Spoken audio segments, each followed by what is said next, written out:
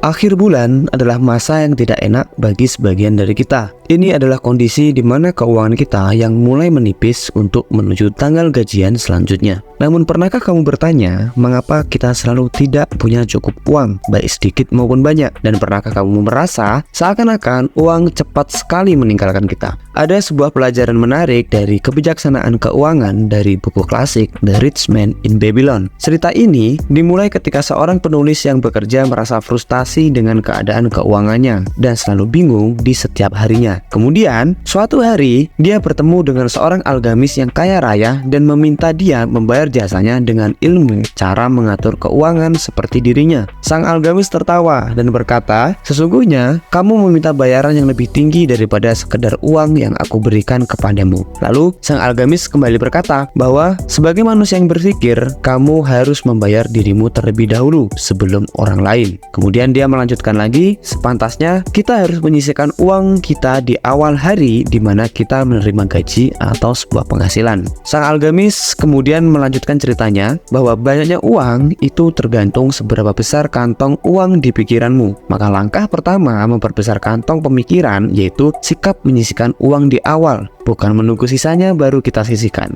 Karena percayalah, tidak akan ada sisanya di akhir bulan. Mungkin kita akan berpikir bahwa kebutuhan kita sudah tertakar sesuai jumlah pendapatan harian kita. Namun anehnya, saat kamu menganggap hilang 10% atau mungkin hanya 5% dari penghasilanmu untuk disimpan, maka keadaan kehidupanmu sebenarnya tidak akan terlalu banyak berubah. Kebutuhan kita akan tetap berjalan sesuai uang yang kita pegang. Otak psikologis kita itu menyukai yang namanya konsumsi, dan menyisakan uang itu melawan naluri alami dalam diri kita. Saat kamu ingin berniat menabung dari sisa pendapatanmu, sebagian besar yang terjadi, kamu tidak akan pernah dapat menyisihkan sepeser pun. Itulah mengapa bayar dirimu terlebih dahulu di awal ketika kamu menerima gaji atau penghasilan, lalu habiskanlah sisanya. Hal itu akan mulai memperbaiki pola pikir konsumtifmu dan membuatmu menghilangkan keinginan-keinginan yang tidak perlu. Lalu sang algamis kembali berkata, saat kantong pundi-pundi uang yang kamu sisihkan sudah banyak, maka hal yang harus kamu lakukan adalah membuatnya menjadi budak keuangan yang bekerja menghasilkan lebih banyak uang lagi untuk dirimu, hingga menjadi sebuah aliran kas yang terus bekerja mengisi kantong pundi-pundi keuangan kita. Pelajarannya sebenarnya sederhana saja.